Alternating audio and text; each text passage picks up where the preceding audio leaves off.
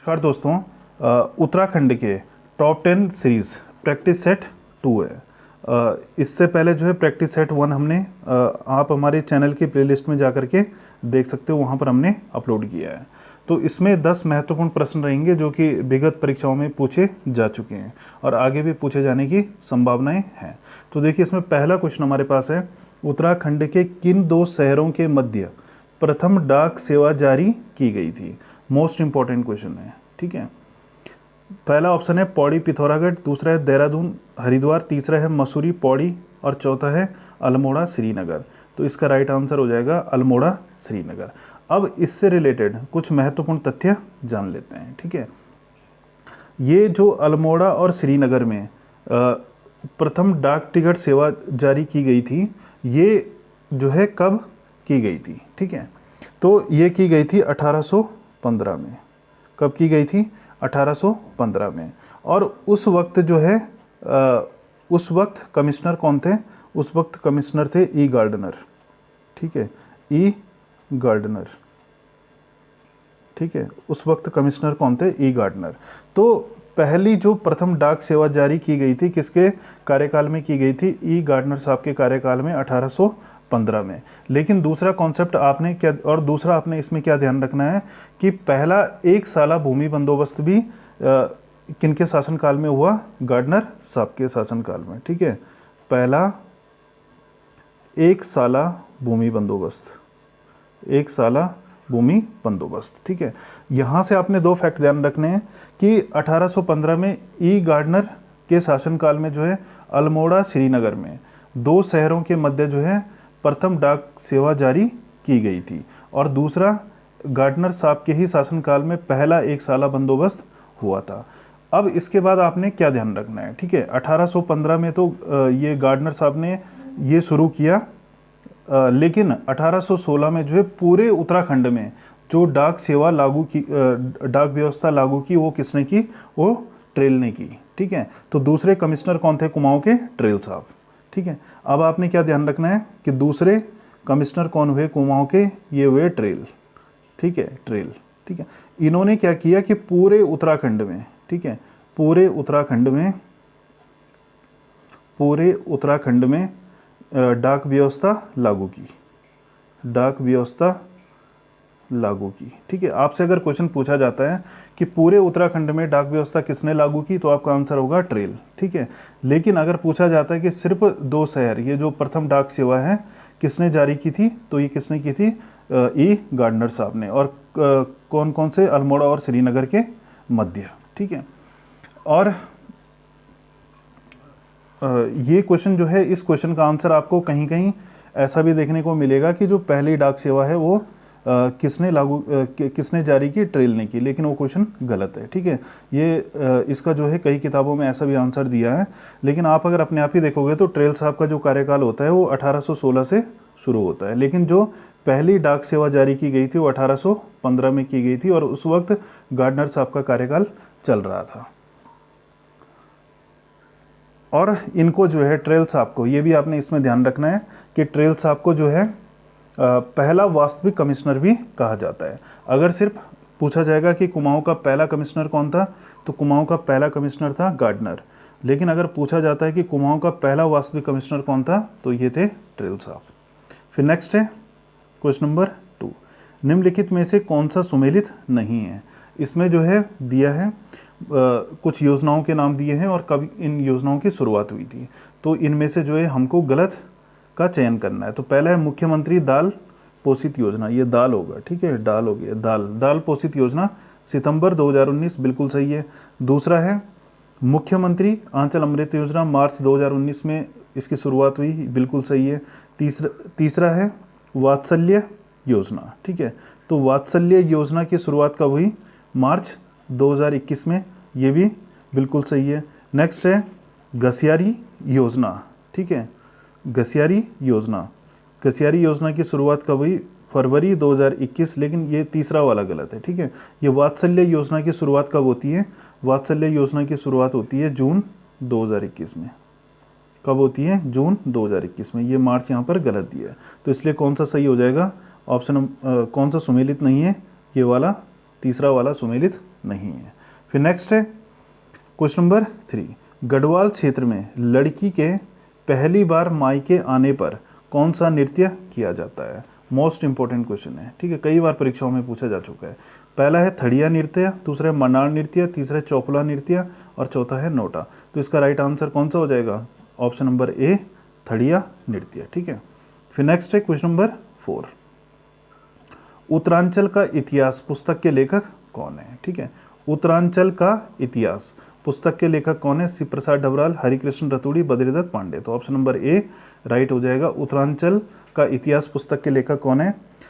शिव प्रसाद डबराल। लेकिन अगर आपसे पूछा जाता है कि उत्तराखंड का इतिहास, क्या पूछा जाता है? उत्तराखंड का इतिहास, उत्तराखंड का इतिहास, ठीक है, उत्तराखंड का इतिहास पुस्तक के लेखक कौन है? तो आपका आंसर क्या होगा? ये फिर आपका आंसर क्या हो जाएगा? ये हो जाएगा हरिकृष्ण रतूड़ी, ठीक है। उत्तराखंड का इतिहास के लेखक कौन है? हरिकृष्ण रतूड़ी। उत्तरांचल का इतिहास पुस्तक के लेखक कौन है? शिव प्रसाद डबराल। और वहीं अगर आपसे पूछा जाता है कि कुमाऊं का इतिहास, कुमाऊं का इतिहास पुस्तक के लेखक कौन है? तो आपका आंसर हो जाएगा बद्रीदत्त पांडे, ठीक है। तो यहाँ से आपके जो है इस MCQ से 3 कॉन्सेप्ट आपके क्लियर हो गए हैं। एक तो उत्तरांचल का इतिहास पुस्तक के लेखक कौन है? शिव प्रसाद डबराल। अगर पूछा जाता है उत्तराखंड का इतिहास पुस्तक के लेखक हरिकृष्ण रतूड़ी। कुमाऊं का इतिहास पुस्तक के लेखक बद्रीदत्त पांडे।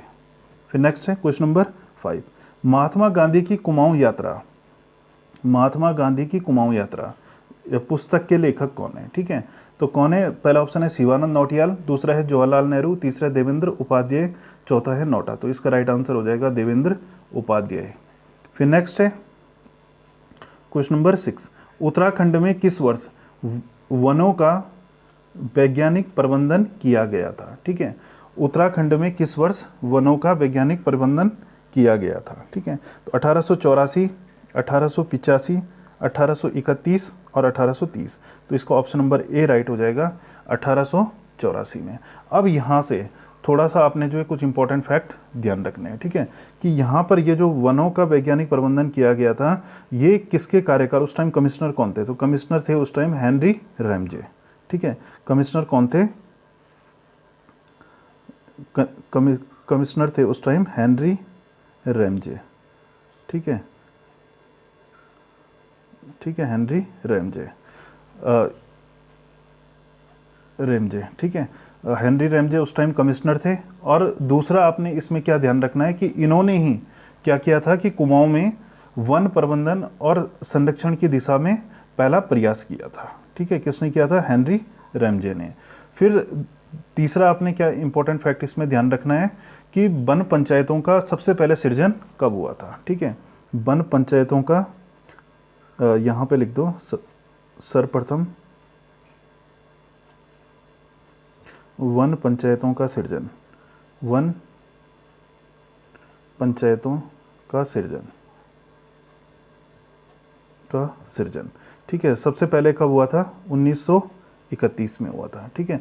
दूसरा आपने इसमें क्या ध्यान रखना है कि एक आपने और भी इसमें फैक्ट ध्यान रखना है कि उत्तराखंड जो है देश का एकमात्र राज्य है जहाँ पर जो है वन पंचायतों का गठन हुआ है, ठीक है। तो यानी कि वन पंचायतों का गठन करने वाला उत्तराखंड देश का एकमात्र राज्य है। ये फैक्ट भी आपने यहाँ से ध्यान रखना है। फिर नेक्स्ट है हमारे पास क्वेश्चन नंबर 7, उत्तराखंड एरोस्पेस और रक्षा औद्योगिक नीति कब लागू की गई? ठीक है, उत्तराखंड एरोस्पेस और रक्षा औद्योगिक नीति कब लागू की गई? 2020, 21, 19 या 18? ऑप्शन नंबर ए इसका राइट हो जाएगा। कब? 2020 में। और ये जो नीति है, ये जो केंद्र सरकार का मेक इन इंडिया